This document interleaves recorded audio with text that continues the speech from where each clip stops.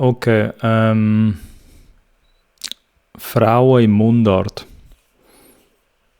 Ein Thema, das ich schon länger mal vielleicht tackeln oder nie so die Gelegenheit bekommen habe, das in so einem Rahmen zu machen, da jetzt auf dem Cola-Podcast spezifisch als Episode.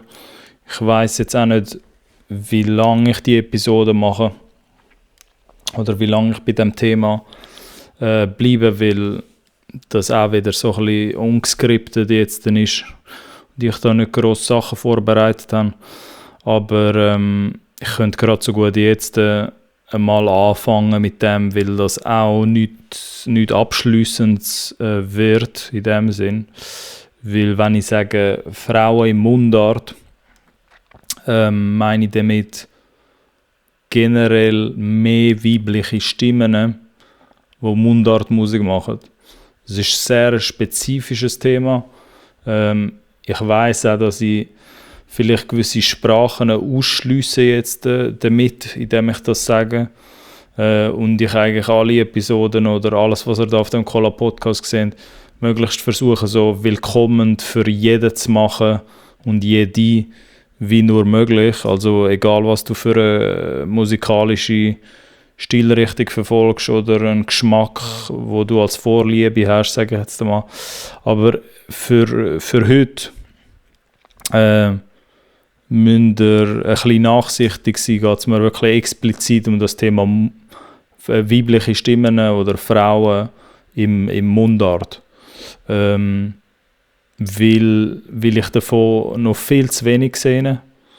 Und das sind eben, wie es gesagt, einfach Sachen, die ich jetzt aus dem Kopf rausfische oder auch von Beobachtungen abstammen. Sehr, sehr konkrete Beobachtungen, die ich mache, weil vielleicht wie ein paar wissen, eben, die da ein bisschen zuschauen oder wo den Cola-Podcast auf Social Media verfolgen, schaue ich mir sehr viele Newcomer und Newcomerinnen an.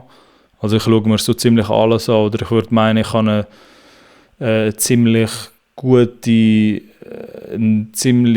Weg gefunden, wie ich gefühlt 95% von allem, was eigentlich neu rauskommt, scannen kann. Also wirklich alles.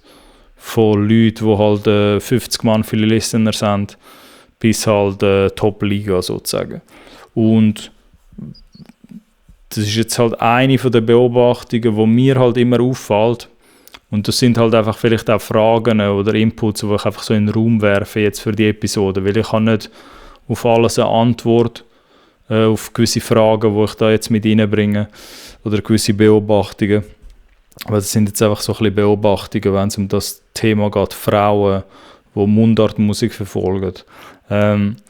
Was ich sehe, ist, dass bei den Newcomer und Newcomerinnen, bei den jüngeren Generationen, also die irgendwo zwischen 16 und 20 oder 22 sind, sehe ich zwei Sachen. Also wenn es um Männer und Frauen ein bisschen vergleichen.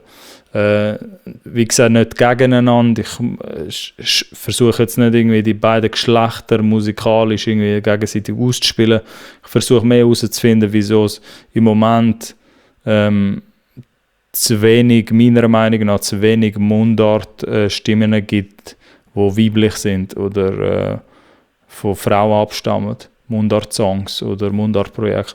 Was ich halt dann gesehen bei der jungen Generation ist, dass so ziemlich alle Jungen, also es kommt ein bisschen, ich würde so meinen, es ist es 90 zu, also die meisten Releases, die ich gesehen habe, würde ich damit sagen, sind im Hip-Hop-Bereich bei den ganz Jungen. So, das muss man jetzt irgendwie nicht gross erklären, wieso das so ist. Hip-Hop, meanwhile Hip-Hop, könnte man jetzt sagen, ist halt explodiert in all diesen Jahren jetzt. Muss man nicht so weit jetzt ausholen, um zu verstehen, dass die meisten jungen Buben oder junge Männer, eben irgendwo zwischen 18 und 22 oder 16 und 22, werden jetzt, oder was man beobachten kann in der Schweiz, werden langsam auf das auf das trimmt, dass sie schon mit Mundartmusik anfangen. Also die in der Deutschschweiz sind. Wie gesagt, ich weiss, dass ich da jetzt eine gewisse Stilrichtungen ausschliessen oder gewisse Sprachen, vielleicht aus der Westschweiz oder gewisse Sachen. Mir geht es jetzt explizit nur um Mundart. Und klar reden wir dann meistens von Deutschschweizer Newcomer und Newcomerinnen.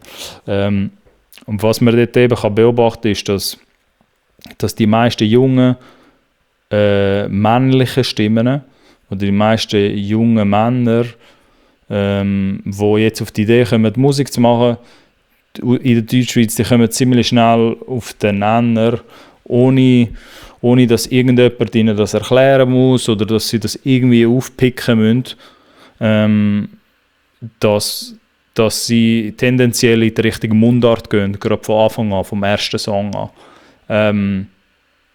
Genau, und wenn, dann ist es meistens Hip-Hop. Es kommt aber vor, die Cases habe ich jetzt auch schon gesehen, kommt aber seltener vor, jede 2-3 Monate gefühlt für mich, ich tue die Releases wöchentlich checken, müsst ihr sehen, so. Schon seit 2,5 Jahren tue ich die wöchentlich checken. Es kann aber auch passieren, eben die meisten landen irgendwo im Hip-Hop-Kuchen, würde ich meinen, wenn man neu anfängt. Es kann aber auch passieren, dass gewisse Bands sich herauskristallisieren, die vielleicht den im Pop-Bereich schon anfangen, mit Mundart-Pop. Oder dann gibt es halt vereinzelte Solo-Künstler und Künstlerinnen, aber eher eben Künstler, so, wenn du jetzt die Männerseite anschaust, die halt schon im Pop-Bereich anfangen. Aber ich sehe halt 1-2 vereinzelte Pop-New-Releases von Newcomer, also von jungen Leuten, und der Rest ist eigentlich Hip-Hop. Ich habe selten bis gar nicht mehr in den letzten 1,5-2 Jahren einen Rock-Titel gesehen und einen Rocksong auf Mundart.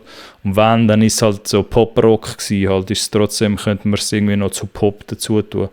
Was die anderen Genres angeht, habe ich noch nie in all diesen Jahren jetzt habe ich keinen Heavy-Metal-Song gehört, also wenn es um die anderen Genres wird gehen. Ich habe einen Country-Song oder einen, der so ein bisschen im Country-Folk-Bereich ist, wo auch eine männliche Stimme war, die auf Mundart war, aber der Rest ist eigentlich alles Hip-Hop, könnte man jetzt sagen, so wie der jungen Generation. Jetzt bei den Frauen ist es so, dort wird es jetzt ein bisschen nicht mehr so einheitlich, weil bei den Frauen ist es jetzt recht spannend. Dort beobachte ich generell mal übergreifend gesehen, es gibt sehr wenig Frauen, wo du New Releases findest, die auf Mundart sind. Das fällt schon mal generell auf.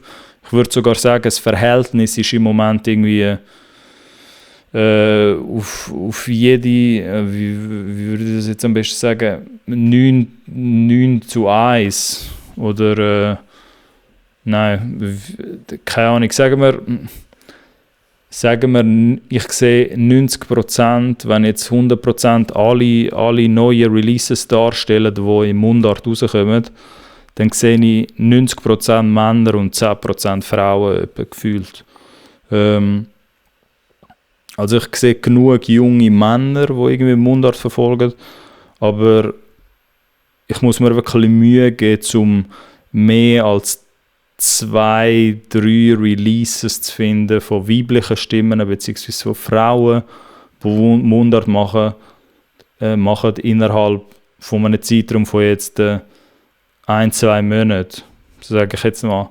Und die 1-2 Monate sind dort halt genug Freitag-Release-Slots drunter, dass du müsstest meinen, ja, es müsste eigentlich mehr auffallen, aber ich schaue mir halt wirklich praktisch alle Releases an oder versuche das so repräsentativ wie möglich mir alles zu scannen und anzuschauen, und man findet halt sehr wenig Frauen bis gar keine. Und was halt auch dort wiederum spannend ist, mit denen, ich würde meinen, ich habe so ziemlich alle identifiziert, wo ich vielleicht irgendwann über den Collab-Podcast in Kontakt gekommen bin oder einfach mal fragen, weil wenn ich dann einen Mundart-Track finde, auch von Frauen, ich behandle das nachher nicht anders irgendwie. jetzt im Kontext von so einem Podcast oder wenn ich mir New Releases muss anschauen, um die zu analysieren, was so die Entwicklung ist. Ich mache es genau gleich wie bei den Männern, dass ich ein paar dann anschreibe, um ein bisschen Meinungen reinzuholen. Und bei den Frauen ist es so, ich habe so ein bisschen die Erfahrung jetzt gemacht, 2 Sachen ein bisschen. Und eben, das sind jetzt Beobachtungen. Ich weiß nicht, was das alles bedeutet. Müsste man dann in der Historie anschauen oder vielleicht 5 Jahre später, nachdem jetzt die Episode da gefallen ist, müsste man vielleicht anschauen und die Fragen beantworten oder die Inputs, die ich jetzt da mit reinbringe, was das alles bedeutet und wie sich das weiterentwickelt hat. Das ist jetzt nichts Abschliessendes. Und ich gehe das jetzt auch nicht werten, würde ich damit sagen, indem ich dann gewisse Unterschiede jetzt feststellen zwischen Männern und Frauen. Ich sage jetzt nicht, das eine ist besser als das andere, wenn ich jetzt von so gewissen Beobachtungen rede. Es ist einfach wichtig, dass man das versteht.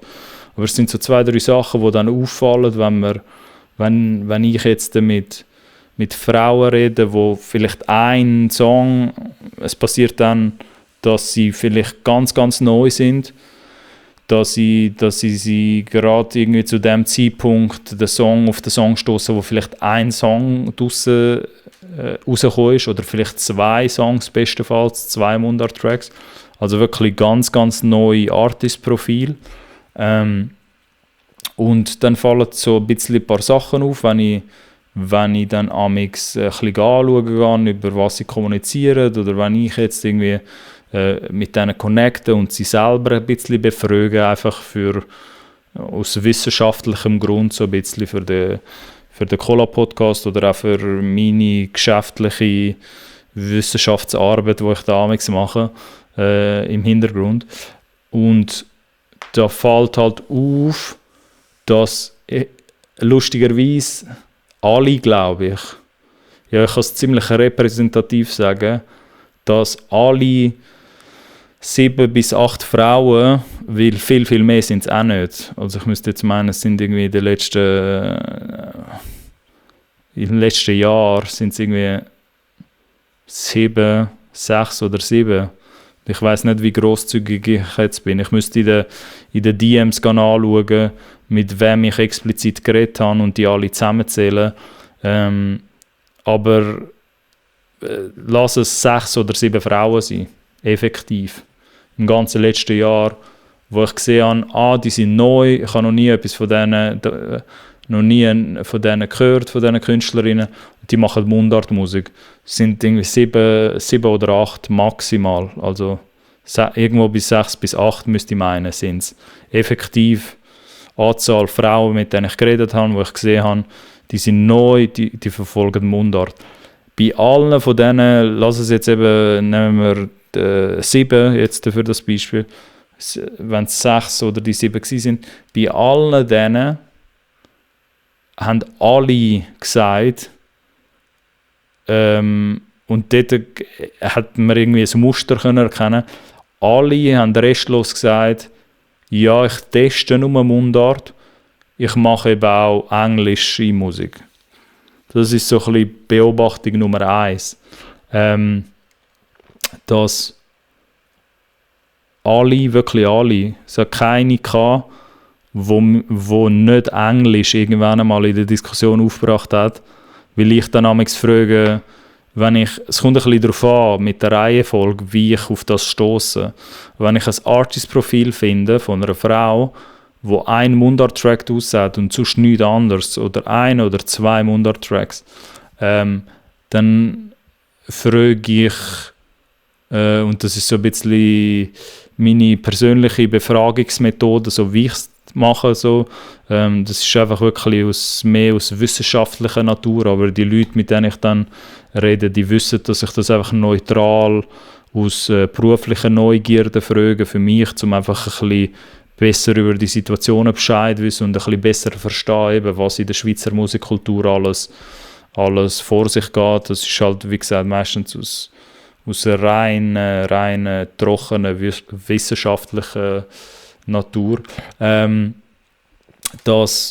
Wo bin ich gewesen? genau, dass die alle gesagt haben, wenn jetzt 1-2 Mundart-Tracks sie released haben, wirklich noch ganz neu sind, irgendwo bei zwischen 50 und 100 Monthly Listeners sind auf den Streaming-Plattformen, dass viele, ich glaube nicht alle die 7 oder 8, aber lass es 6 von 8 sein, oder 6 von 7, ich glaube eben, es sind tatsächlich etwa 7 gewesen, so. 6 von 7 haben gesagt, als nächstes bringen sie einen Englisch-Track raus. Also es gibt gewisse, wo während ich mit ihnen am Reden war und so am Fragen war, ja, kommt dann nochmal ein Track raus, weil ich frage dann manchmal, kommen dann weitere Mundart-Tracks raus. Ist bei vielen danach Diskussion dort angegangen, dass das nur ein Test ist mit dem Mundart und dass ich eigentlich, also aus der Perspektive von der Künstlerin, dass sie mir dann sagen oder versuchen zu erklären, eigentlich würde die englische Songs releasen und der nächste, den ich wahrscheinlich machen würde, ein englischer Song.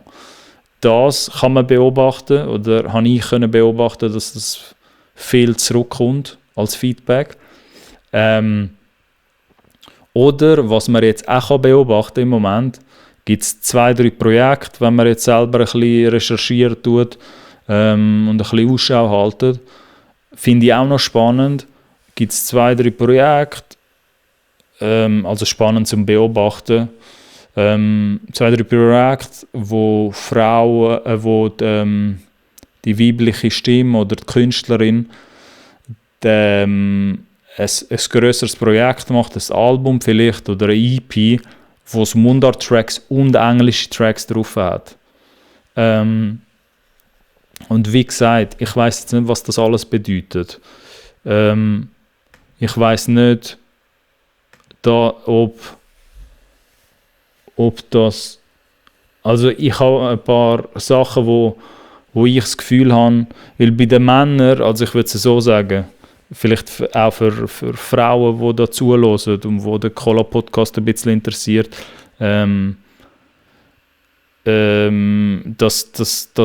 ihr ein bisschen die Beobachtungen, meine persönlichen Beobachtungen habt von der Männerperspektive.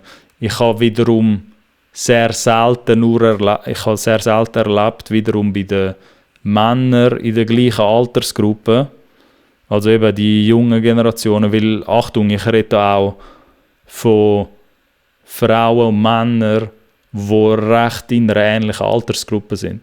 Also mit den Frauen, die ich geredet habe, die sind auch irgendwo zwischen 18 und 22 meistens gewesen, oder 18 und 24, sage ich jetzt mal. Und bei den Männern genau gleich. Und wenn ich jetzt zu den Männern gehe, finde ich es halt so lustig, dass mit dem englischen Mundart habe ich noch nie gesehen. Also nicht noch nie, würde ich auch nicht sagen. Aber der Mix, dass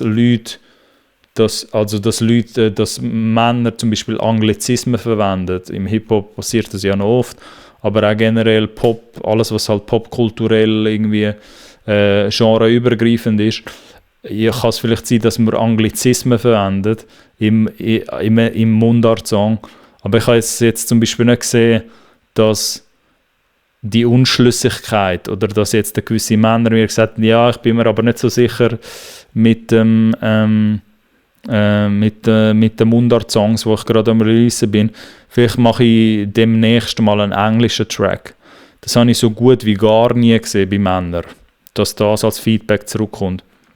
Eben, dass man vielleicht mit Anglizismen spielt, dass gewisse Leute auch ein bisschen testen wollen, hey, also bei den Männern ist es meistens so, was ich beobachten kann, dass Leute schon von Anfang an mit Englisch starten und das so konsequent, wie man das auch machen kann, wollen das so durchziehen.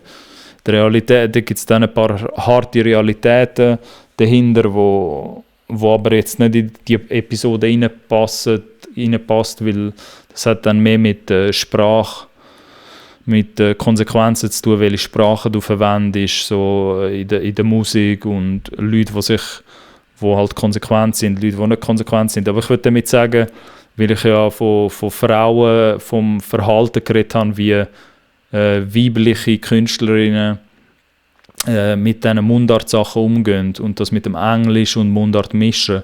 Bei den Männern habe ich das so gut wie nie erlebt, dass auf einem Projekt Mundart-Songs und englische Songs drauf sind.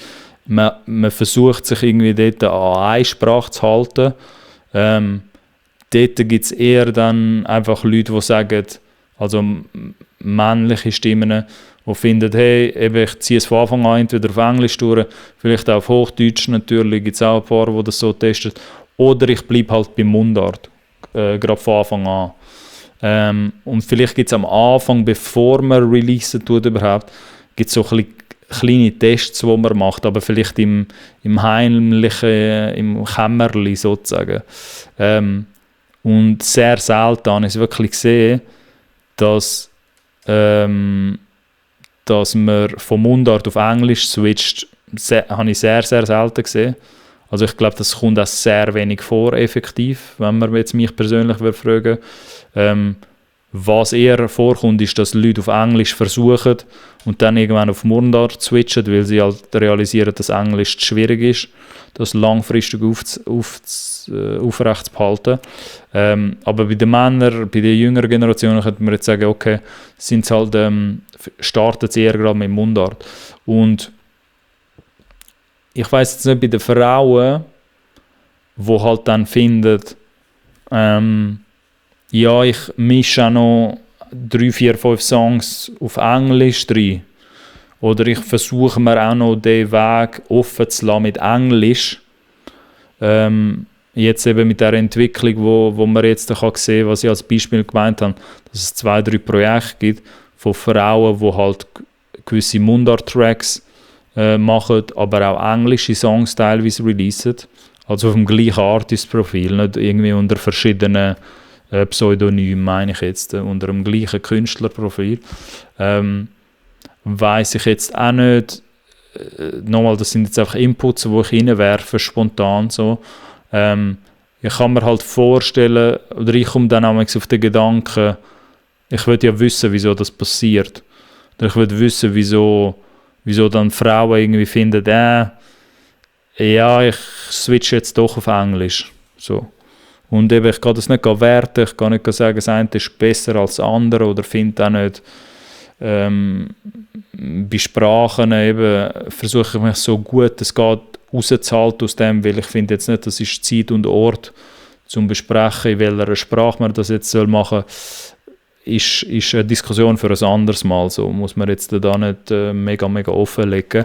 Aber ich versuche einfach herauszufinden, ja, wieso gibt es dann junge Frauen, die dann eher Englisch würden bevorzugen anstatt Mundart. Oder sich mit Mundart noch nicht so getrauen. Das ist so ein bisschen meine Interpretation. Ich sehe, dass noch nicht so viele Frauen, bis auf 1, 2 schon etabliertere Frauen, die auch schon grösser sind, sage ich jetzt mal, aber ich rede ja da eher jetzt von Newcomerinnen. Ich sehe nicht Newcomerinnen oder noch nicht Newcomerinnen, die wirklich anstehen und das Mundart-Ding zu 150% ausleben. Das kommt vielleicht jetzt dann irgendwann in Zukunft so, fände ich persönlich jetzt cool, wenn das passieren würde. Das ist aber jetzt einfach nur eine Meinung von vielen. Ich sehe halt, und wenn ich meine mit 150% ausleben, meine ich halt Newcomerinnen, junge Frauen, die das Mundartspiel wirklich längerfristig spielen.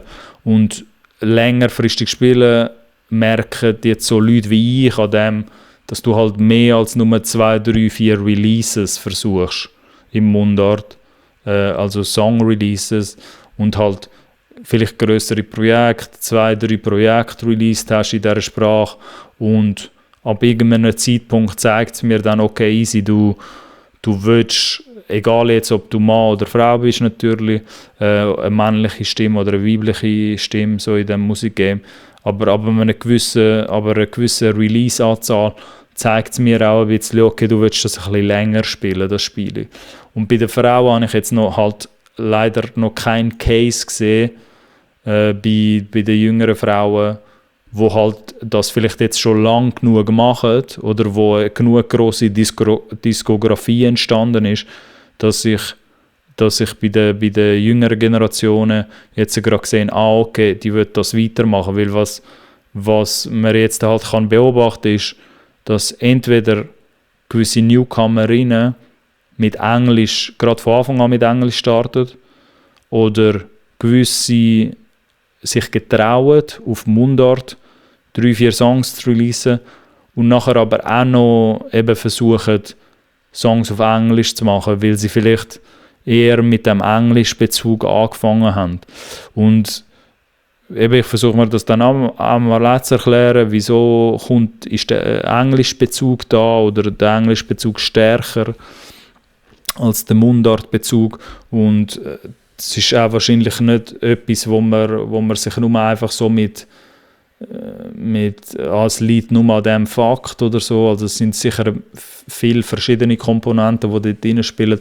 Ich muss mir halt immer ein bisschen vorstellen, wenn halt das Muster nachher zurückkommt, also das Feedback, dass halt dann die Frauen auch wieso wollen erklären, ja, ich will aber auch englische Songs machen, dass es könnte aus dem Standpunkt entstehen, dass bei den Buben oder bei den Männern die startet halt gerade mit Mundart, weil sie auch, glaube schon mittlerweile, es könnte natürlich immer mehr sein, als das, was im Moment rum ist, aber die haben jetzt schon eine erste Generation an Vorbilder, an coolen Vorbilder, sage ich einmal, wo jetzt ein 16-jähriger oder ein 18-jähriger Mann oder Bub wird halt auf die Idee kommen, okay, ich will versuchen, das zu machen, was der andere dort macht. Und ich bin mir halt nicht so sicher, ob es das bei den Frauen im Mundart, es gibt halt 1-2 gestandene Künstlerinnen natürlich, also mehr als nur 1-2, die im Mundart etwas gerissen haben.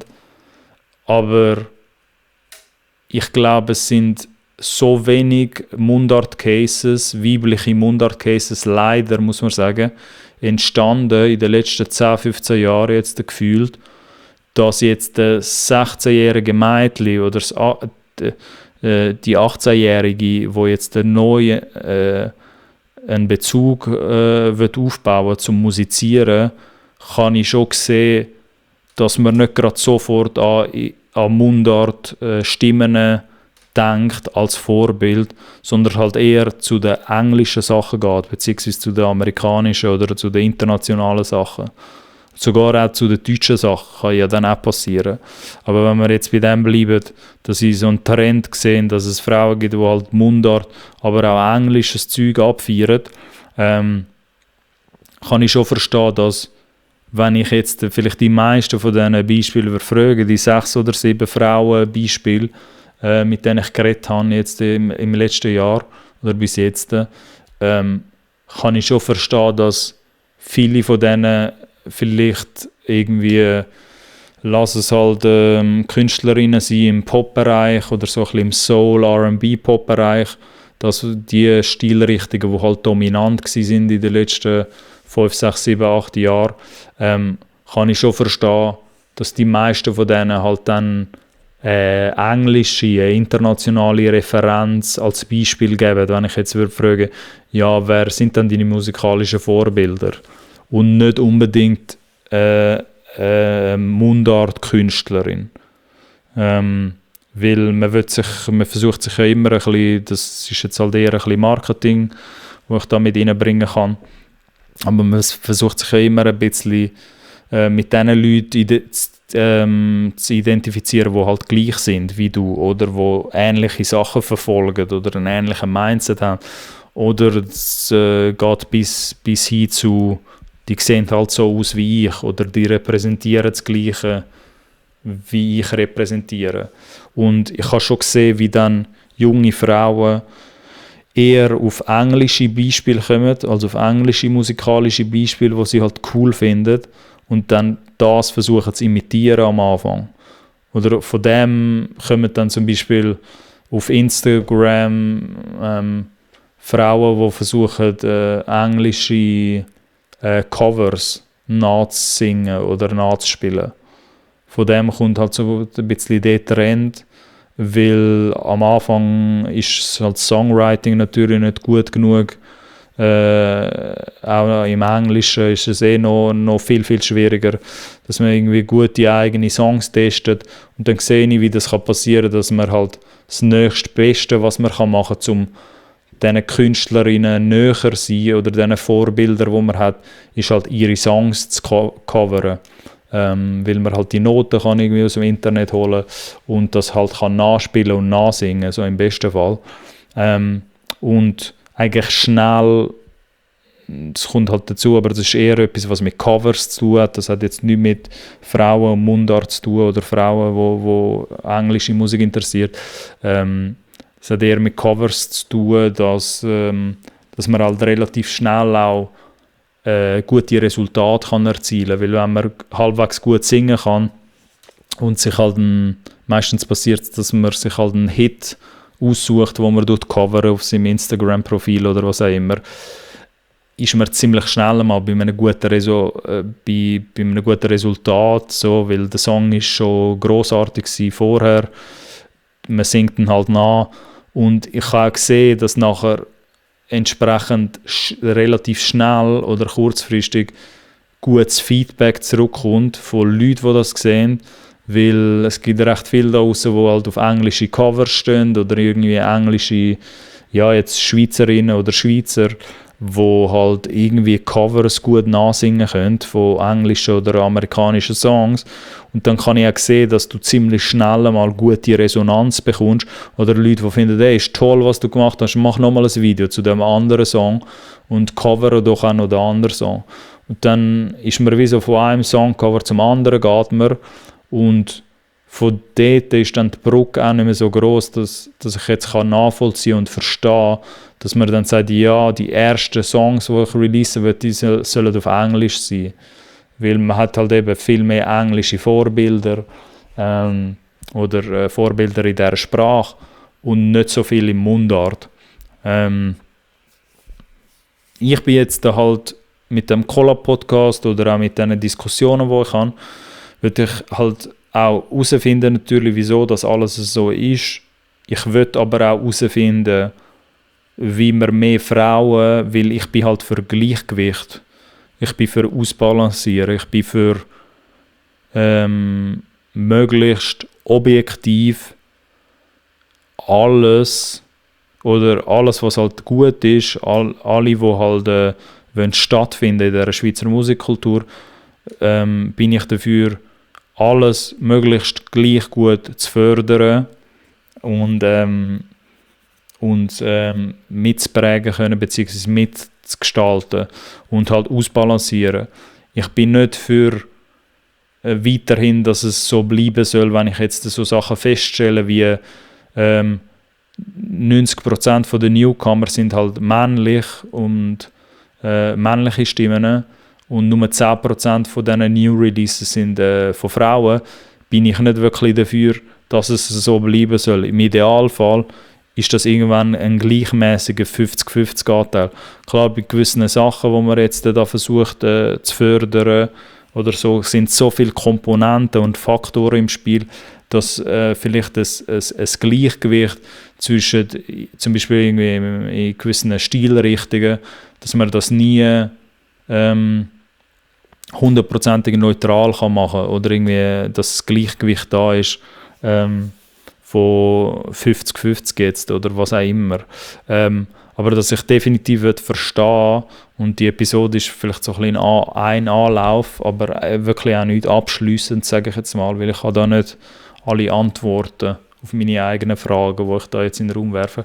Aber die Episode ist vielleicht einfach so ein Vorstoß, herauszufinden, okay, wenn das jetzt so ist, der Gefühlswert, und ich könnte das auch mit Zahlen backen, ich könnte auch effektiv eine Statistik aufzeigen auf Social Media oder auf dem YouTube-Channel, wenn ich das alles nachzähle. Ich gehe jetzt so ein bisschen von Referenzwert im Kopf, von der Anzahl Frauen- und Männer-Cases, die ich gesehen habe, Newcomer und Newcomerinnen.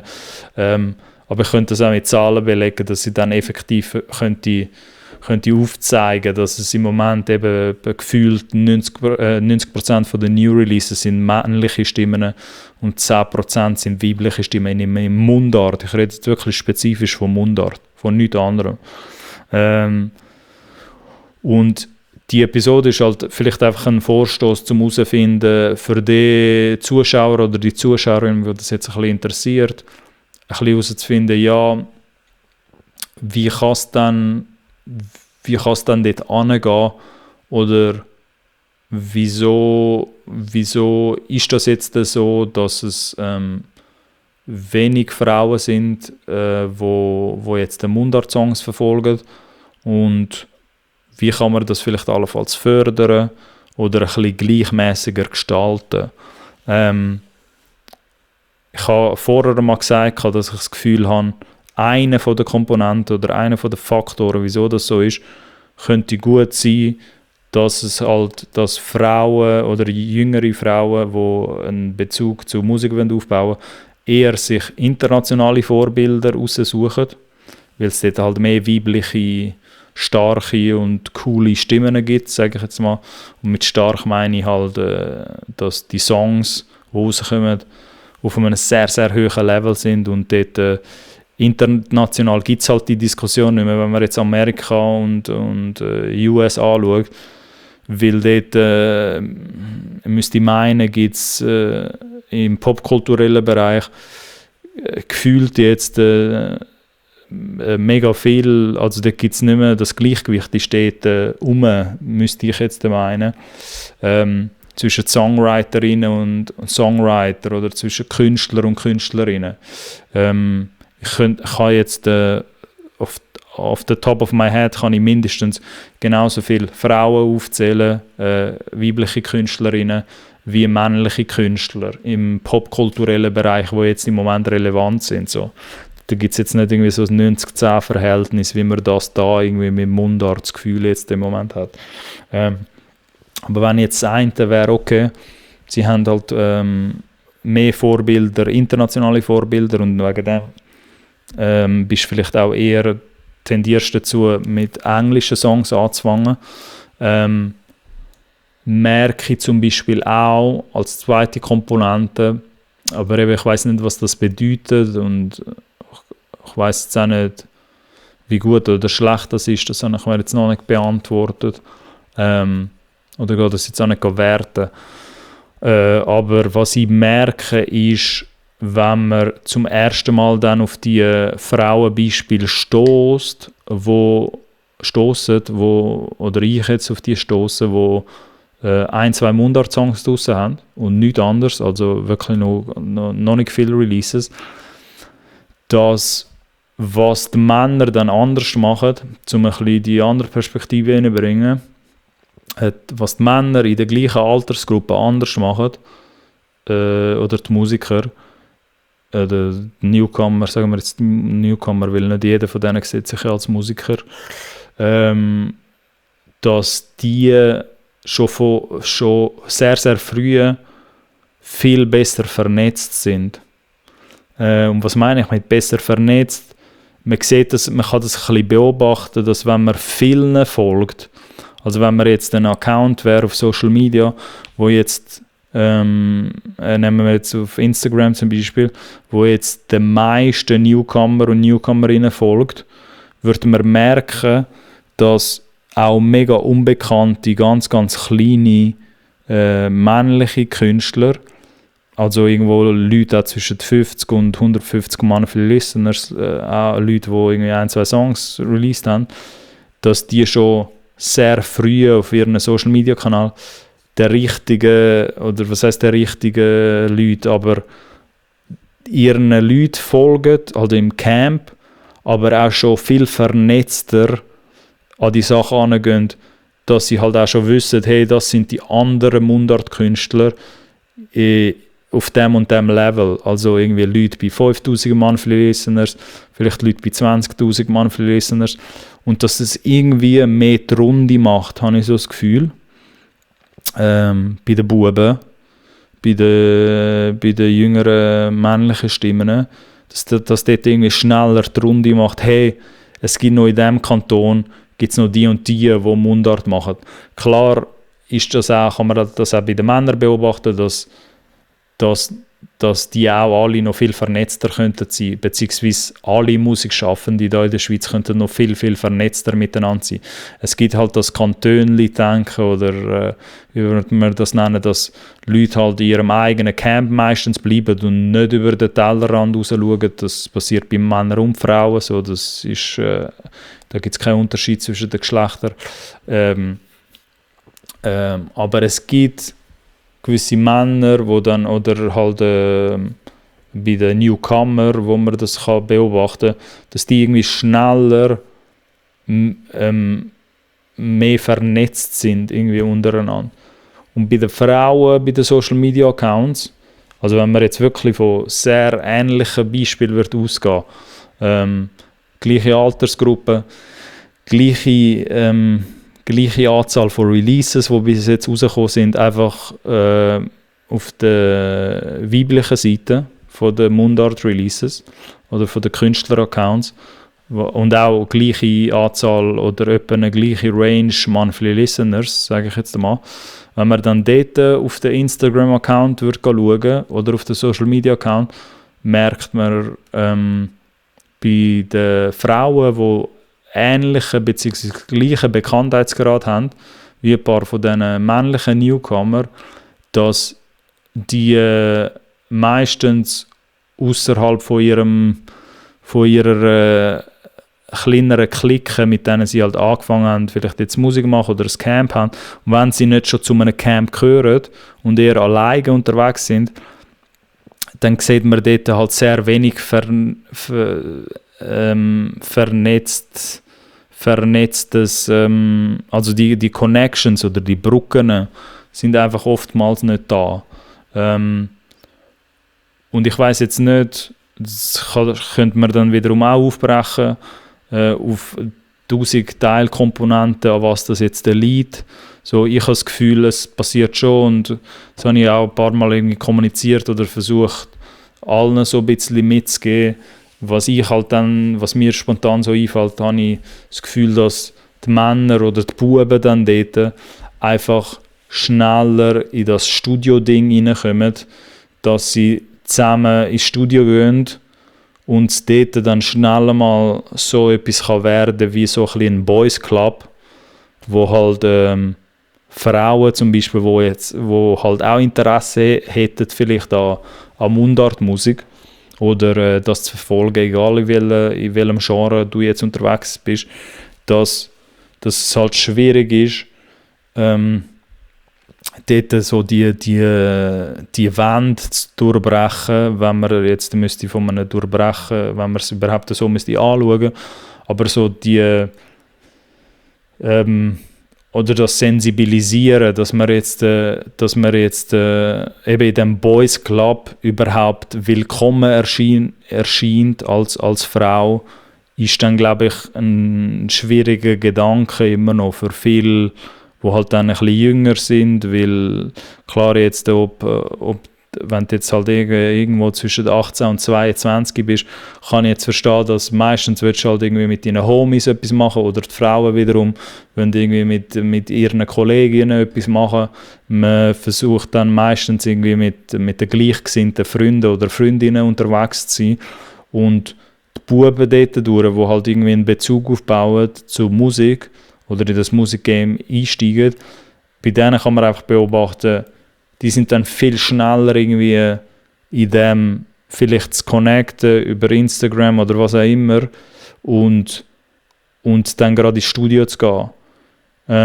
Bei den Frauen gibt es dort vielleicht auch, könnte auch etwas mit Vertrautheit zu tun haben, dass halt vielleicht dann die Frauen, ich versuche da jetzt wirklich nicht für Frauen zu reden oder so etwas, weil es kommt offensichtlich von einem Mann jetzt, die Eindrücke, aber ich bin jetzt auch nicht mehr in einem Alter, wo ich das Gefühl habe, dass ich das nicht irgendwie reflektiert kann anschauen kann. Darum versuche ich das jetzt so neutral wie möglich zu machen oder ich kann beide Seiten wie so nachvollziehen, denke ich.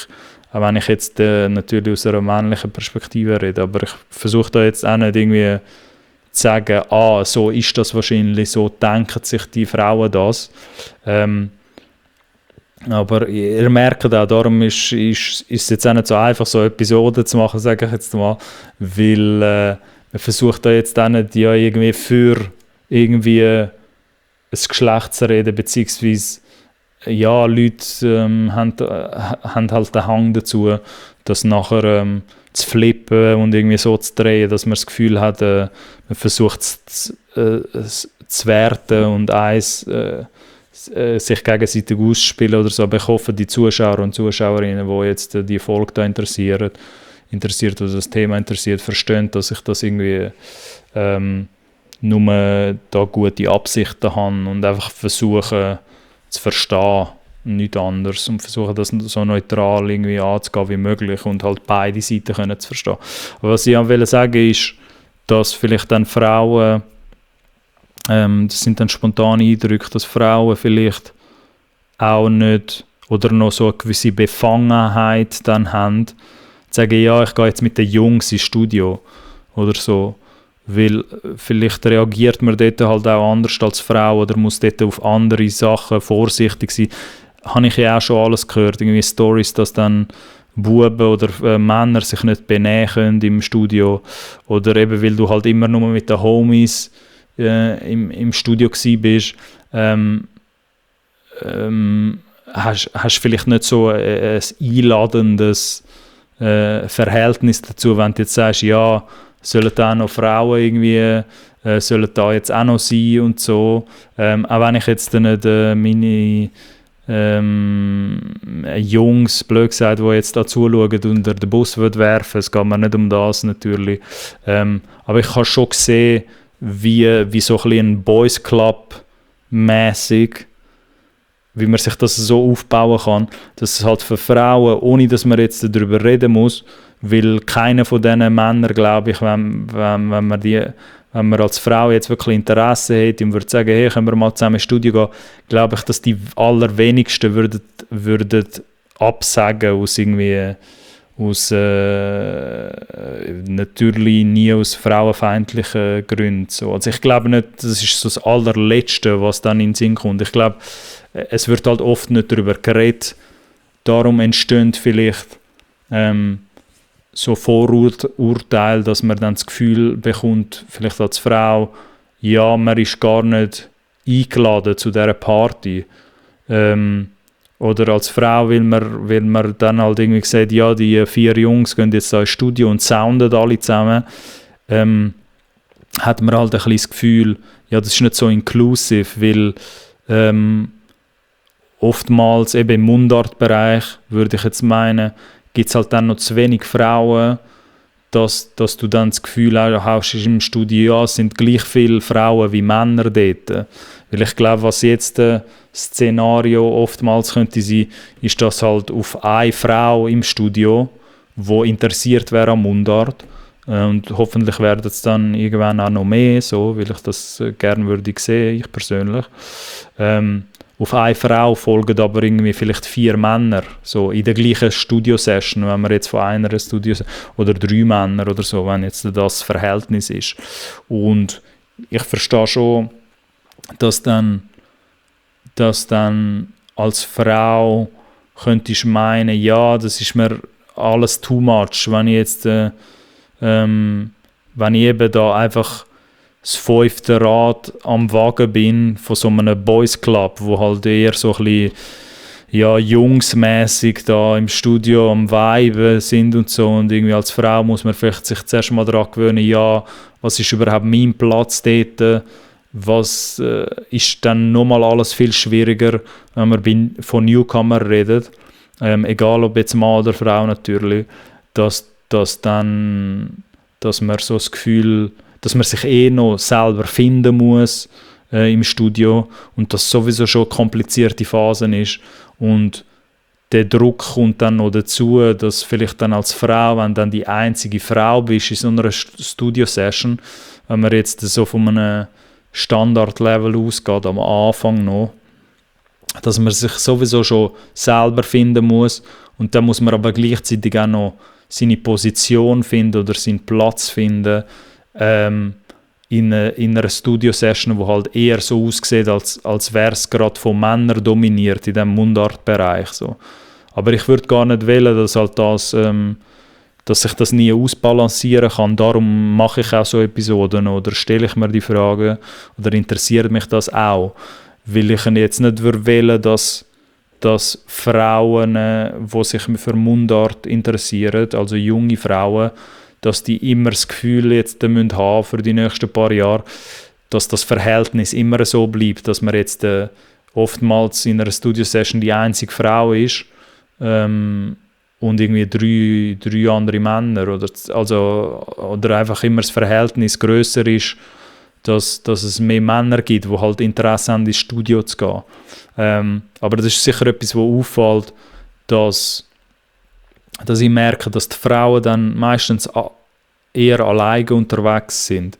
Oder am Anfang, meine ich, wenn du erst so 1, 2, 3 Songs released hast und ich stoße auf so einen neuen Artist-Account von einer weiblichen Stimme, dass ich merke, wenn dann einen Social-Media-Account anschauen oder mit wem sie connected sind, dass sie oftmals nicht gerade sofort mit den männlichen Peers, also mit den männlichen Künstler-Pendants, die im Mundartbereich sind, dass die gerade sofort connected sind oder auch mit Newcomer auf dem gleichen Level, auf der männlichen Seite zum Beispiel. Und bei den Buben passiert es halt viel schneller alles irgendwie, dass sie vernetzter sind. Aber ich habe das Gefühl, ganz pragmatisch gesagt oder ganz einfach gesagt, passiert es bei den Männern einfach mehr, weil es mehr männliche Beispiele jetzt einfach gibt im Mundartbereich. Und darum habe ich auch mal die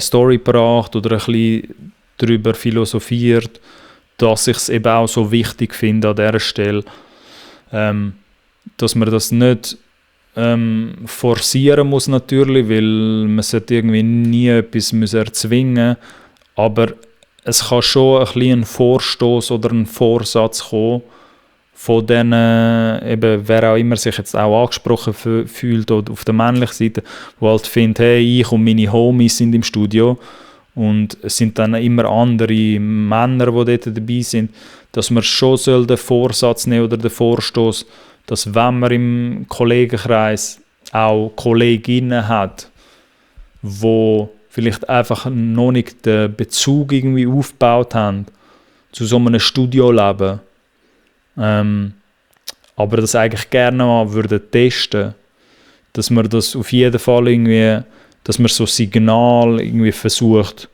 aufzugreifen und vor allem, wenn man halt ein Studio dann vielleicht hat, auf der männlichen Seite, dass man das aufgreifen tut und auch mit diesen Frauen mal ins Studio geht und mal schaut, was dort stimmlich irgendwie kann passieren, weil dort eben all die 6 oder 7 Beispiele, die ich am Anfang gemeint habe, die ich jetzt im letzten Jahr so ein bisschen kennengelernt habe, vor allem durch den Podcast oder durch meine eigenen, wenn ich da durch New Releases durchforste, jeden Freitag, wenn ich die amigs gefragt hätte, jetzt glaube explizit, aber die Frage habe ich halt amigs nicht gestellt, aber ich denke jetzt rückblickend, wenn ich die gefragt hätte, hey, hast du ein Studio, wo du Musik machen gehst, hätten die wenigsten von diesen 6 oder 7 Frauen mir gesagt,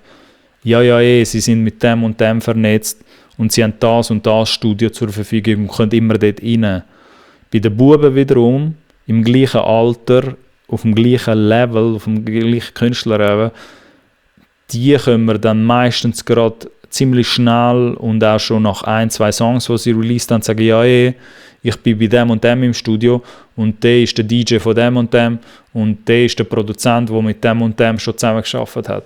Und bei den Frauen passiert das nicht so oft, denke ich, dass das Feedback gerade zurückkommt.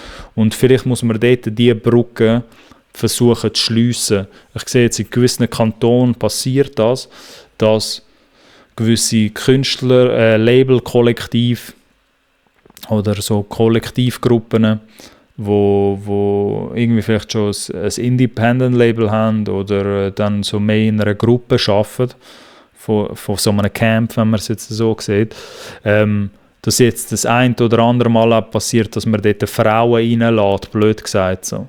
Und ich muss jetzt da an der Stelle natürlich nicht sagen, dass das irgendwie soll mehr passieren, hoffentlich in Zukunft. Und das klingt ja auch mega dumm. Ich weiss, dass das mit dem Reinlassen oder so. Aber für mich fühlt es sich ja meistens auch noch so an, dass ich nicht auf vielen Rosters, also Künstler-Rosters, wenn ich so Labels betrachte auf YouTube oder so, Label-Channels, dass ich halt dort nicht viele Frauen gesehen im Roster, die gesigned sind bei diesem Label oder mit dem Camp zusammenarbeiten. Und dass ich schon finde, dass, klar, es sind jetzt wenig noch im Moment weibliche Stimmen, die Mundart verfolgen, aber dass ich schon auch herausfinden will, wie man die Anzahl einfach grösser machen kann oder fördern kann. Und der Appell, sage ich mal ein bisschen, oder eben der Vorsatz, würde ich meinen, für eher die männlichen Zuschauer, weil ich auch weiss, da beim Cola-Podcast in den Analytics, dass halt mehr männliche Zuschauer zuschauen im Moment als Frauen. Es gibt ein paar Frauen, die den Content auch interessiert, und ich freue mich auch immer, wenn ich das eben auch selber ausbalancieren kann, weil ich das versuche, so gut verständlich für alle zu machen und so willkommen für alle zu machen. Aber wenn jetzt da mehr männliche Zuschauer jetzt im Moment aus der Natur raus einfach zuschauen, würde ich das sicher als einen der Vorsätze nehmen. Getraut euch auch auf eurer Seite mehr halt auch mal mit Frauen können Songs zu testen, beziehungsweise, also was heisst testen tönt so trocken, aber dass man halt auch mal wagen und nicht halt nur sein Homie aufs Feature tut, sondern wenn man halt eine Kollegin hat, wo vielleicht auch sich interessiert zum Singen oder Rappen oder was auch immer zu machen musikalisch, vielleicht ist sie auch Musikerin und spielt das Instrument und will das auch mal in einem Studio-Setup ausprobieren, dass man das auch mal ruhig kann, mehr in die Richtung gehen und das auch wagen kann, dann auch mit diesen Kolleginnen im Umfeld etwas zu machen. Und nicht nur immer mit den Homies oder mit seinen Boys. So, das, was halt dann auf Instagram, ich versuche jetzt da ein bisschen Instagram-Slang mit reinzubringen, aber me and my boys in the studio oder in the stew. Das, weil ich habe schon das Gefühl, dass es Frauen gibt, die sich für Mundartmusik interessieren. Es sind jetzt im Moment vielleicht noch nicht genug für meinen eigenen Geschmack jetzt. Ich würde halt gerne mehr weibliche Stimmen hören, die Mundart verfolgen. Aber ich glaube, es sind ein paar da und es werden halt mit der Zeit auch immer mehr, die vielleicht auf die Idee kommen. Und vielleicht muss die Vernetzung halt einfach oder eine Unterstützung da sein von der männlichen Seite, die halt jetzt im Moment ein bisschen etablierter ist im Mundartbereich. Das ist halt einfach jetzt der faktische so oder statistisch. Ich sage nicht, dass ich das gut finde oder so. Das ist jetzt einfach der Status quo, dass es halt mehr Männer gibt im Mundartbereich. Beträchtlich mehr Männer, also irgendwie 90% zu 10% ist das Verhältnis so, nach meinem Gefühlswert. Und ich sage jetzt auch nicht, dass ich das cool finde oder so, aber weil es so ist jetzt, weil das der Status quo ist, sage ich halt eher, dass halt vielleicht auch die Männerseite jetzt ein bisschen muss sensibilisiert werden für das, oder gewisse überlegen sich das natürlich schon. Ich will jetzt auch nicht so tun, oder es gibt zu Recht auch Zuschauer, männliche Zuschauer, die da jetzt zuschauen und finden, nein, aber ich bin das ja schon am Versuchen. Ich bin da mit Frauen am Schreiben und versuche mit denen im Studio Kollaboration aufzubauen und so. Und das weiss ich alles, dass das entsteht. Ich sehe auch gewisse Mundart-Tracks von Newcomer, die rauskommen, wo coole Mann-Frau Kombinationen gemacht haben in den Vocals, dass irgendwie die Frau die Hook übernimmt und eine Bridge oder ein Verse-Style und halt Kollaborationen halt entstehen zwischen der Mann und der Frau. Und dass schon ein paar gelungene Songbeispiele so entstanden sind. Also es gibt da auch sicher Männer, wo das schon verfolgen oder schon in der Vergangenheit verfolgt haben. Aber ich denke auch, es kann sicher auch noch mehr sein. Es kann sicher auch noch mehr sein, dass man sich denkt, jeder hat halt im Umfeld einen Kollegen oder eine Kollegin, eben, egal ob Mann oder Frau, wo vielleicht irgendeinen Bezug aufbauen will zur Musik oder vielleicht schon einen Bezug hat durch Musikunterricht oder vielleicht durch ein Instrument, das man spielt oder eine Stimme, wo man gut kann nutzen kann. Oder man sieht zum Beispiel jetzt eine Frau, die auf Instagram irgendwelche Covers macht von englischen Songs. Und ich würde mir halt wünschen, dass auch die Männerfraktion, vor allem bei den jungen Leuten, eben, vor allem die jungen Zuschauer von dem Cola-Podcast, dass sie sich auch mal wagen, dort die Frauen anzuschreiben oder mit denen zu connecten und dann aber auch wirklich aus dem Grund, um mit ihnen Musik zu machen und nicht connecten, wie das die Jugend heutzutage mit Instagram, Snap und TikTok und all dem macht, um privat irgendwie zusammen cool zu sein. So, ich rede jetzt da wirklich rein von musikalischen Connections, die sollen aufgebaut werden, und ich schaue das halt wirklich auch sehr trocken und wissenschaftlich an, dass ich halt einfach herausfinden will, wie vielleicht mehr noch die Dynamik entsteht, dass halt mehr Frauen Lust haben, irgendwie Mundart zu machen. Und ich denke sicher, ein Weg führt halt durch das, dass Frauen vielleicht halt mehr in den Studio-Lifestyle eingeladen werden von der Männerfraktion, die halt vielleicht schon so den Studio-Lifestyle hat. Weil vielleicht kann man dann wie so ein bisschen beobachten, jetzt im Moment noch, dass die Frauen das eher so ein bisschen solomäßig für sich machen, im Homestudio oder ein bisschen bei sich daheim. Und dass gewisse 18-Jährige auf der Männerseite schon viel weiter sind von Anfang an, weil sie halt schon viel mehr so Blaupausen haben, Blueprints von anderen Mundartbeispielen, wo sie sehen, mein Homie, der ist jetzt schon bei 2000 Monthly Listeners oder 5000 Monthly Listeners und der hat es so und so gemacht, ist in das Studio gegangen, hat von dem Beats geholt und so ist das nachher entstanden. Und ich glaube, es kann nur ein Plus sein, oder die Schweizer Musikkultur, die gesamte Musikkultur kann nur gewinnen, wenn da auch mehr Frauen Interesse bekommen an dem Studio-Lifestyle und halt connecten mit diesen Leuten und überhaupt wissen, wer ist, wer die gleiche Mission hat wie ich, ob das jetzt andere Frauen sind, die auch den gleichen Style verfolgen oder so eine Stilrichtung, musikalische Stilrichtung, oder halt auch Männer, von denen es jetzt halt einfach ein bisschen mehr gibt im Mundartbereich, die das schon früh machen, in den jungen Jahren. Aber ja, das mit dem Connecten fällt halt auf, würde ich damit sagen.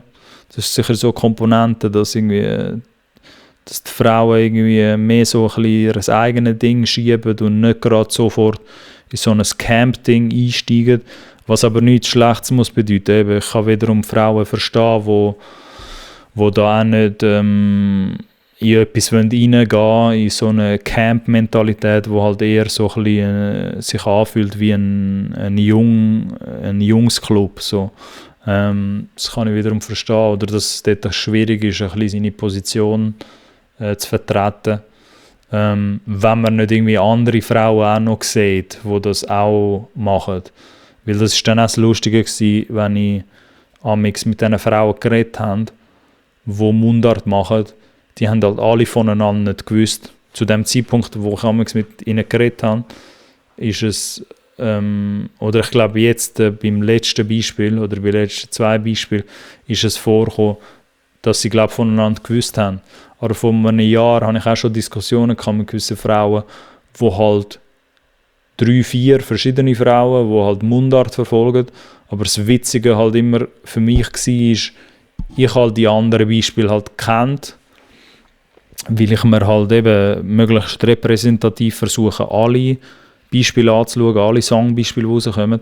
Aber ich kann ja nicht vom Gegenüber kann ich nicht das Gleiche verlangen, weil die Künstler und die Musikschaffenden, mit denen ich rede, die wissen vielleicht amigs untereinander nicht, wer die anderen sind, die halt gleiche Intentionen haben oder das Gleiche verfolgen wie man selber, weil die schauen sich vielleicht nicht das Bigger Picture an. Ich schaue mir halt das irgendwie aus der Vogelperspektive an und schaffe es natürlich so auch, die meisten Releases rauszufischen oder habe halt ein sehr, sehr breites Blickfeld darüber, was halt rauskommt und wer die anderen Frauen sind im Game und wer die anderen Männer sind im Game. Und was halt lustig dort zu beobachten war, ist, dass natürlich die Frauen, die Newcomerinnen, die ganz, ganz frischen Artist-Accounts, sich gar nicht untereinander gekannt haben. Oftmals. Oder dass es erst später passiert, dass man dann merkt, das ist auch noch eine andere 20-Jährige, die auch Mundart verfolgt. So. Und dort kann ich dann wiederum auch wieder verstehen, wieso sich der Kreis schließt, dass man mehr auf die Idee kommt als Frau, momentan noch zu sagen, ja, ich versuche es auf Englisch, weil dort gibt es halt hunderte von Beispielen, wo ich mir kann als Referenz nehmen, sage ich jetzt mal, oder wo ich Inspiration von dem kann nehmen. Darum die Vernetztheit, oder dass man versucht, auch von Männerperspektive das ein bisschen mehr zu fördern, oder wenn man jetzt das sieht, dass es gewisse Frauen gibt im Umfeld, die auch so einen starken Musikbezug haben, dass man halt dort das auch versucht, ein bisschen zu unterstützen mit dieser Vernetzung, weil ich kann schon sehen, dass das ein schwieriger Start kann sein teilweise, oder ein schwierigerer Start für eine Frau, um dort zu connecten, weil die Buben oder die Männer dort halt irgendwie von Anfang an schon ein bisschen besser connected sind. Ich würde mal meinen, der Start ist halt einfach ein bisschen schwieriger im Moment, wenn ich das so objektiv wie möglich irgendwie versuche zu sagen, dass der Start, der Antrieb am Anfang, dass man halt herausfindet, hey, die und die sind auch noch dran, die das Mundart-Game spielen, ist ein bisschen schwieriger, sage ich mal, als Frau, weil es halt nicht so viele Blaupausen gibt oder Vorbilder, weibliche Vorbilder, wo man sich dann kann als Weg nehmen, wo man sagt, okay, ich versuche etwas Ähnliches zu machen wie sie. Im Moment läuft es eher auf das raus, dass dann Frauen müssten sagen, ja, ich versuche es eher wie das männliche Vorbild oder wie halt die 2 Frauen, die es halt an die Spitze geschafft haben schon von der Schweizer Musikwelt, aber es sind halt dann ein bisschen weniger Beispiele und dann muss man halt irgendwie mit den Männern connecten, die auf dem gleichen Level sind, und das kann ich auch verstehen, dass man das vielleicht nicht irgendwie gerade amix will, als Frau, oder sich da auch nicht hure krass beeinflussen will lassen von den Männern, sondern eher sein eigenes Ding will machen. Genau, das sind so ein bisschen die zwei, drei Sachen, die mir auffallen. Es gibt sicher natürlich auch andere Sachen, wo mir jetzt da spontan einfallen. Aber ich wollte einfach mal eine Episode dem Thema widmen, generell. Und das auch ein bisschen als Startschuss nehmen, weil es da sicher auch mal einen Teil 2 wird geben zu dem, wenn es um Frauen im Mundart geht, weil ich mir die Entwicklung natürlich jetzt auch sehr genau anschaue in der nächsten Zeit. Und das halt auch schon gemacht habe in der Vergangenheit, aber auch umso mehr in den nächsten 1-2 Jahren mir das auch anschauen, um das ein bisschen besser zu verstehen. Und das auch fördern, weil ich würde nicht, dass es so bleibt. Wenn man jetzt mich persönlich würde fragen, nach meiner Meinung, ich würde jetzt nicht wählen, dass es so bleibt. Dass ich gefühlt nur jede 2 Monate einen neuen Mundart-Track von einer weiblichen Stimme höre oder von einer Frau finde. Also von Newcomerinnen. Oder jede 2 Monate finde ich dann 2 Tracks oder so gefühlt. Und bei den Buben, bei den Männern sind es irgendwie 10, 15 Tracks, die ich dann jeden Monat finde. Oder ja, lass es 10 sein. Und dort muss man dann auch unterscheiden, Songqualität oder wie stark dann die Songs sind. Weil das kommt dann auch noch dazu, das kann ich jetzt vielleicht als letztes auch noch sagen, als Komponente, was mir spontan einfällt, oder als Faktor. Was man auch beobachten kann, ist, dass die Frauen dadurch, also ich denke, es ist wegen dem, aber das ist jetzt einfach eine Theorie, ich weiß nicht, ob das tatsächlich wegen dem ist, aber wenn ich das müsste analysieren, denke ich dadurch, dass die Frauen eben die Vernetztheit oder die Connection nicht haben, gerade von Anfang an, und gerade wissen, wer noch alles rum ist in diesem Mundartbereich, merkt man auch, dass die Mundart-Tracks der Frauen im Vergleich zu der Männerfraktion im gleichen Alter, auf dem gleichen Künstlerlevel, ich gehe jetzt wirklich immer vom gleichen Künstlerniveau aus, Leute, die 1-2 Releases bis jetzt hatten, Song-Releases, merkt man, dass die Frauen-Songqualität deutlich unter dem, also ja, oftmals, sage ich jetzt mal, also bei diesen 6, 7, 8 Beispielen von Frauen, die ich jetzt im letzten Jahr so ein bisschen intensiver beobachtet habe oder analysiert habe, merkt man, dass die New Releases, die rauskommen, von der Songqualität teilweise nicht mitheben können mit Männern, die auf dem gleichen Level sind. Und ich muss denken, also ich rede da wirklich nur von Songqualität, von Songstärke. Und wenn ich von Songqualität rede, die Zuschauer von dem Cola-Podcast wissen, ich rede da nicht vom Mixing und vom Mastering, sondern ich rede vom Songwriting und von der Produktion. Was dann auffällt, so spontan, ist, dass Produktionen entweder bei den Frauen total, also mega stark sind, weil sie mit Live-Instrumenten arbeiten, das gibt es halt auch, dass die Frauen eher viel musikalischer an das herangehen. Die Beispiele habe ich auch schon gesehen. Und dann wirklich Studio-Live-Instrumente aufnehmen und das wirklich eine Komposition ergibt, also die Produktion. Dass das wirklich Musik ist, also mit Live-Instrumenten und alles eingespielt und so. Und entweder ist dann auf einem höheren Niveau die Produktion oder es ist auf einem sehr, sehr tiefen Niveau, weil man wirklich alles so do-it-yourself macht, alles selber, weil das ist auch in den Fragen oftmals gekommen oder in den Feedbacks, wenn ich dann amigs gefragt habe, ja, mit wem machst du das zusammen, dann ist die Antwort meistens bei den Frauen, entweder man hat einen Produzentenkollegen, mit dem man das macht, aber lustigerweise sind es dann meistens irgendwelche Leute, die voll out of touch sind. Sorry, nicht böse gemeint für die Produzenten, die jetzt mit diesen Frauen zusammengearbeitet haben, mit denen ich dann amigs rede, irgendwie in diesem Podcast da im Hintergrund. Aber wenn sie dann amigs sagen, also es sind dann nicht irgendwie Beatmakers oder so, junge Beatmakers, wo halt vielleicht halt eher jetzt im Hip-Hop-Bereich dominanter sind, klar.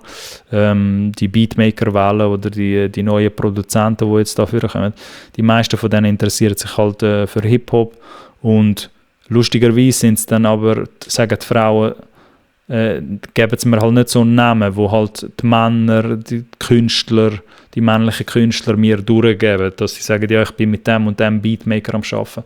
Meistens sind die Frauen irgendwie zum ersten Mal sind sie in so einer Studiosituation und arbeiten nachher mit dem, ja, gefühlt, muss ich jetzt sagen, wie gesagt, ich meine das ist jetzt auch nicht böse, aber gefühlt mit dem erstbesten Produzent, wo sie irgendwie zusammenkommen, oder auch eine Produzentin, aber meistens ist es halt ein Produzent. Es kommt auch noch dazu, dass es halt auch mehr männliche Produzenten jetzt im Moment auch noch gibt in der Schweiz, als jetzt wahrscheinlich weibliche Produzentinnen.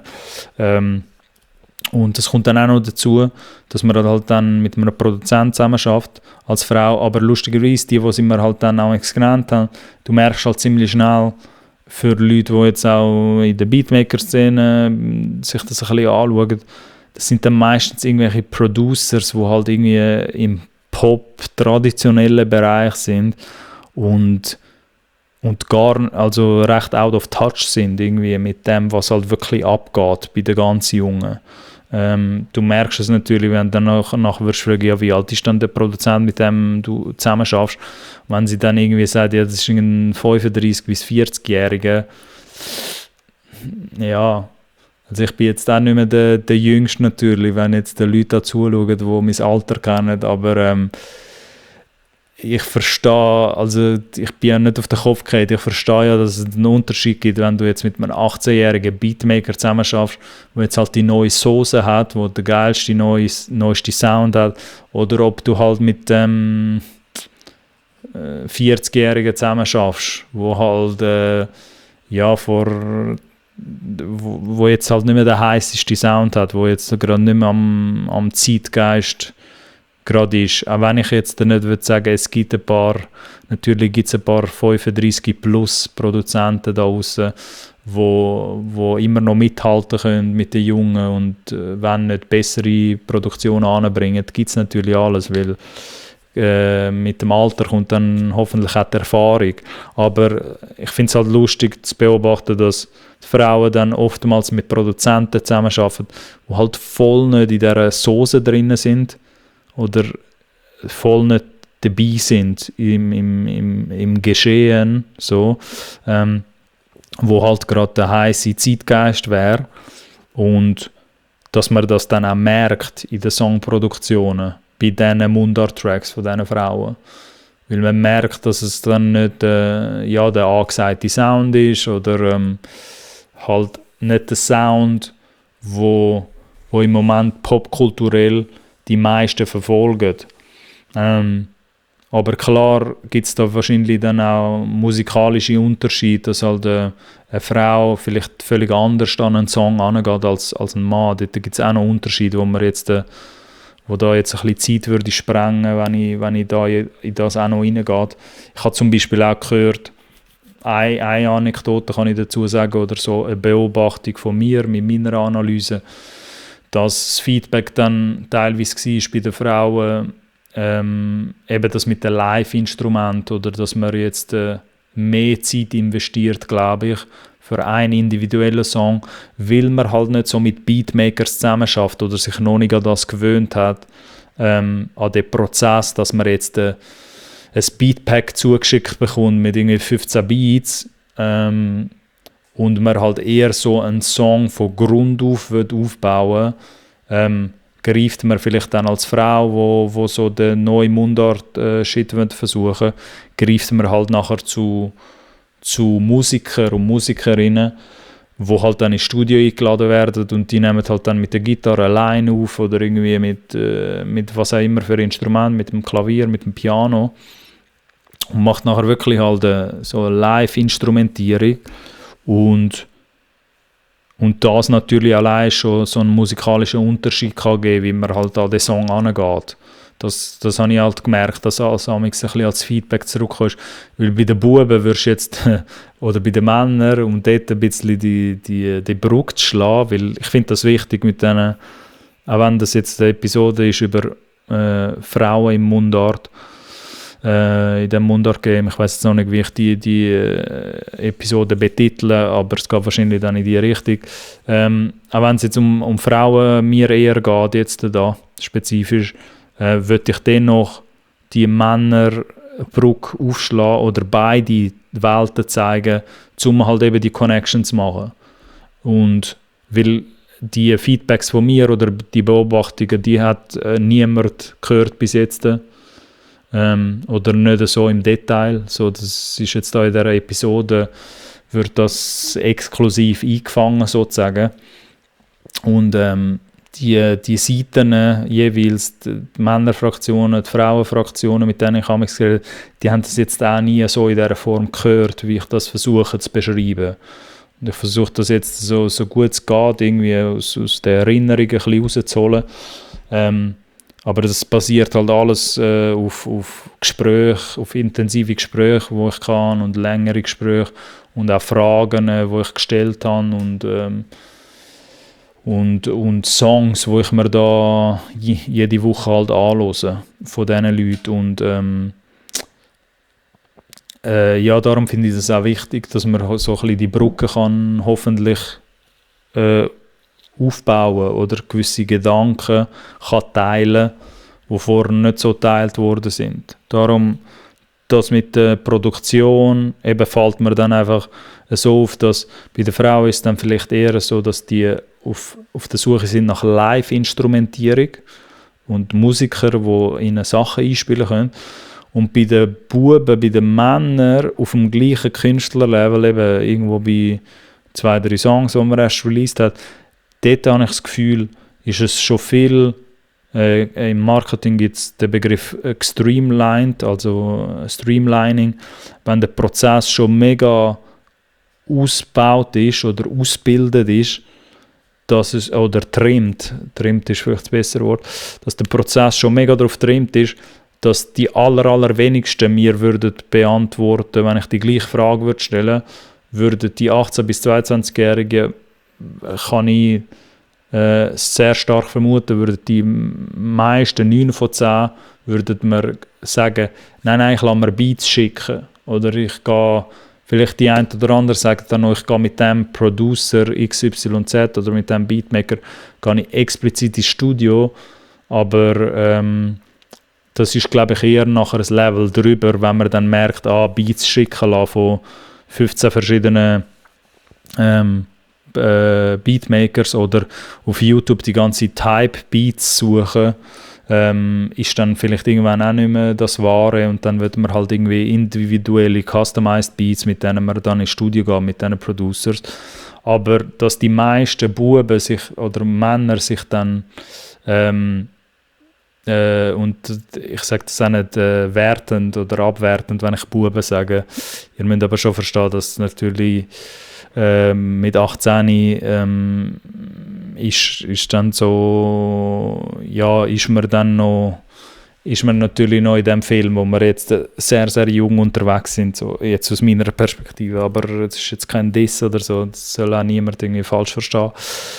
Aber dass halt bei den Männern die meisten halt würden sagen, nein, ich kann mir halt Beats schicken, weil das viel schneller ist, viel pragmatischer in so einem Fall. Und das wie so ein Prozess ist, was sich schon entwickelt hat. So. Und ich glaube, es geht dann ein Zeitchen, dass vielleicht Frauen auf das kommen, eben weil sie nicht so connected sind oder weil sie auch nicht wissen, allein schon die einfache Dynamik, dass sie überhaupt erfahren in einem Studio, wie es die Männer machen, die das Gleiche verfolgen wie sie, vielleicht eben in dem Mundartbereich. Allein schon, dass es dort so einen Aha-Moment gibt und dass man ausfindet, du lässt dir Beats schicken oder, das ist jetzt ein bisschen obvious, ich würde jetzt da nicht behaupten, dass Frauen das nicht auch machen. Natürlich würden auch Frauen auf die Idee kommen oder jeder der halbwegs schlau an die Sache angeht, würde halt auf die Idee kommen, ja, lassen wir doch, und wo man mit einem Produzenten zusammenarbeitet oder mit einem Beatmaker, würde halt irgendwann auf die Idee kommen, zu sagen, ja, schick mir doch mal ein paar Sachen von dir. Aber dass ich halt einfach kann beobachten, das ist jetzt einfach eine Feststellung von mir, dass wenn ich dann amigs mit die Frauen befragt habe, dass die halt wiederum gesagt haben, ja, ich finde es halt auch gerne, wenn man einen Song irgendwie von Grund auf kann aufbauen und halt das Live-Instrumentierungsding kann mit reinbringen. Und bei den Männern ist es dann viel pragmatischer, dass man sich irgendwie gerade einfach Beats schicken lässt oder irgendwie auf YouTube all die Channels schon kennt, wo es halt die geilsten Type-Beats gibt, sage ich mal. Oder irgendwie ist man dann auf beatstars.net. Also ich habe jetzt halt auch keine Frau erlebt bis jetzt noch, aber die gibt es halt sicher irgendwo da draussen. Aber die Frage, die Antwort ist noch nie so zurückgekommen, dass halt jemand mir gesagt hat, ja, ich kann mir die Beats auf beatstars.net oder so, kann ich mir die runterladen oder kaufen. Das gibt es halt eher bei den Buben oder bei den Männern, dass die da sofort auf so Beat-Seiten kommen, weil sie das eben schon vielleicht vorher schon mitbekommen haben von ihren Homies und dass vielleicht bei den Frauen die Diskussionen noch nicht so stattfinden, gerade von Anfang an. Genau. Aber das mit der Produktion ist sicher so eine Sache, dass sie entweder merken, der Song ist deutlich auf einem stärkeren Niveau als auch gewisse männliche Newcomer, oder er ist wirklich sehr unter dem Niveau, was so der Durchschnitt von der New Releases ausmacht. Und halt viele, die dann ja auch Englisch testen nebenbei. Für mich ein bisschen der Super-GAU, oder nicht Super-GAU ist jetzt ein bisschen hart ausgedrückt, aber abschliessend würde ich sagen, ich fände es ein bisschen schade, wenn ich jetzt würde merken, dass es trotzdem noch weiterhin mega viele Frauenbeispiele gibt, wo mir dann sagen, ja, ich bin da jetzt nur 1-2 Songs am Ausprobieren auf Mundart, aber eigentlich switche ich jetzt dann bald auf Englisch. Das fände ich recht schade, weil ich habe das Gefühl, es ist sehr, sehr viel Potenzial da und extrem viel Luft nach oben.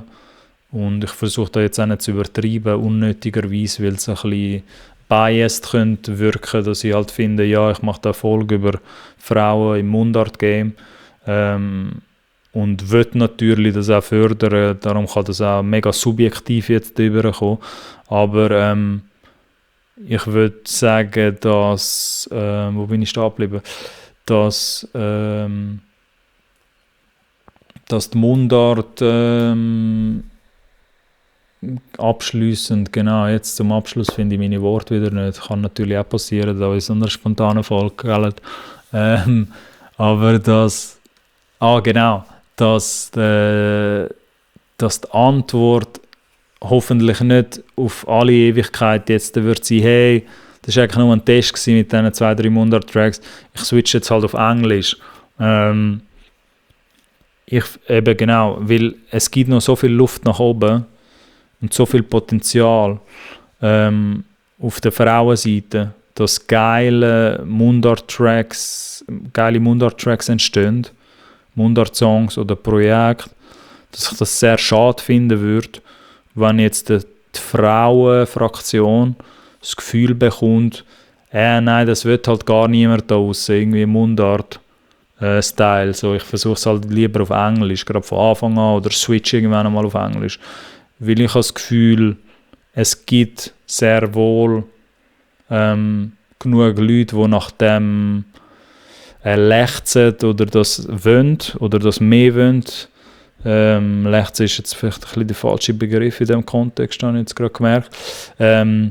Aber wo das auch sehen wollen, sage ich jetzt aus Musikkonsumentenseite, dass da auch mehr weibliche Stimmen in diesem Umfeld sind. Weil, ich meine, wenn man es jetzt wirklich neutral und auch wissenschaftlich betrachtet, wird es irgendwann langweilig, wenn man jetzt nur noch männliche Stimmen hören würde, rein aus einem musikalischen Standpunkt. Darum allein schon wegen dem könnte man es befürworten, dass es sich mehr ausbalancieren sollte und auch mehr weibliche Stimmen sollen dazukommen, wo geile, wo gut produzierte Mundart-Tracks verfolgen und wo auf einem höheren Niveau das versuchen und das auch ernst nehmen, sage ich jetzt mal. Und ich sage nicht, dass das im Moment fast nicht vorkommt, aber das Verhältnis, das Ratio könnte viel, viel höher sein. Sprich, es könnten mehr junge Frauen sein, die sich da jetzt langsam aber sicher auf Mundart sollen einlassen, wenn es nach mir würde gehen. Und das würde ich auch gerne mehr sehen, sage ich jetzt einmal. Und für die männlichen Zuschauer, sage ich jetzt, wo sich auch ein bisschen um das Thema kümmern oder das Thema interessiert und finden, ja, wir wollen ja auch mehr weibliche Vocals haben oder mehr coole Stimmen und auch Frauen, die das Game voranbringen wollen, dann nehmt euch ein bisschen die Episode als Inspiration, dass ihr vielleicht auch in eurem Umfeld ein bisschen das fördert und ein bisschen mehr anschaut und auch ein bisschen bewusster mit dem umgeht.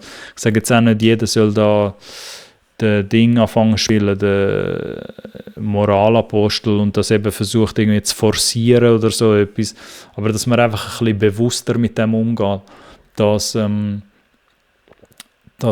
auch das Interesse bei Frauen erkennt, wo auf dem Mundart, wo das Mundart-Game interessiert und wo ernsthaft wollen, etwas mitprägen und etwas mitgestalten da. Dass man ein bisschen bewusster mit dem umgeht und das auch versucht, ein bisschen zu unterstützen. Und für die Frauen, die das interessiert hat oder die da jetzt ein bisschen eingeschaltet haben, freut es mich natürlich auch, wenn die da etwas von dem können abgewinnen können. Eben, wie gesagt, ich versuche das einfach ein bisschen mehr auszubalancieren.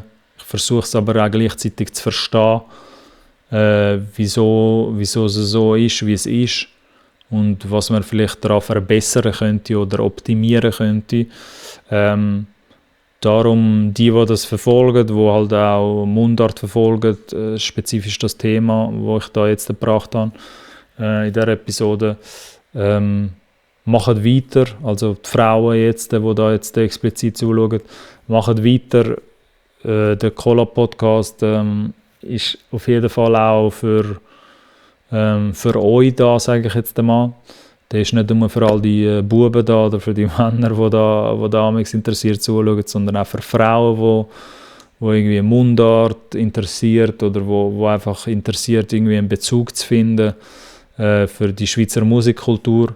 Und egal, ob man halt jetzt in welcher Sprache man das natürlich macht, es ist immer toll, wenn jetzt neue junge Frauen oder auch Männer zu dem Schweizer Musikding einen Bezug finden. Aber ich finde, es hat sicher noch sehr, sehr viel Raum für Verbesserung und auch Luft nach oben, dass auch mehr Frauen da dazukommen, die halt explizit Mundartmusik verfolgen und das auf einem guten Niveau und irgendwie längerfristig verfolgen. Und für die war so ein bisschen die Episode gewesen, oder habe ich die Episode widmen. Ich hoffe, ihr habt euch ein bisschen inspirieren lassen von dem und ja, das wird sicher nicht ein abschließendes Gespräch oder wird sicher irgendwann mal ein Teil 2 kommen dazu. Ich verfolge das halt weiterhin, versuche da irgendwie Brücken zu schlagen, Connections zu schlagen und ich hoffe, die Zuschauer, die sich die Episode angeschaut haben, machen das Gleiche. Von dem her bis zum nächsten Mal und danke fürs Zuschauen.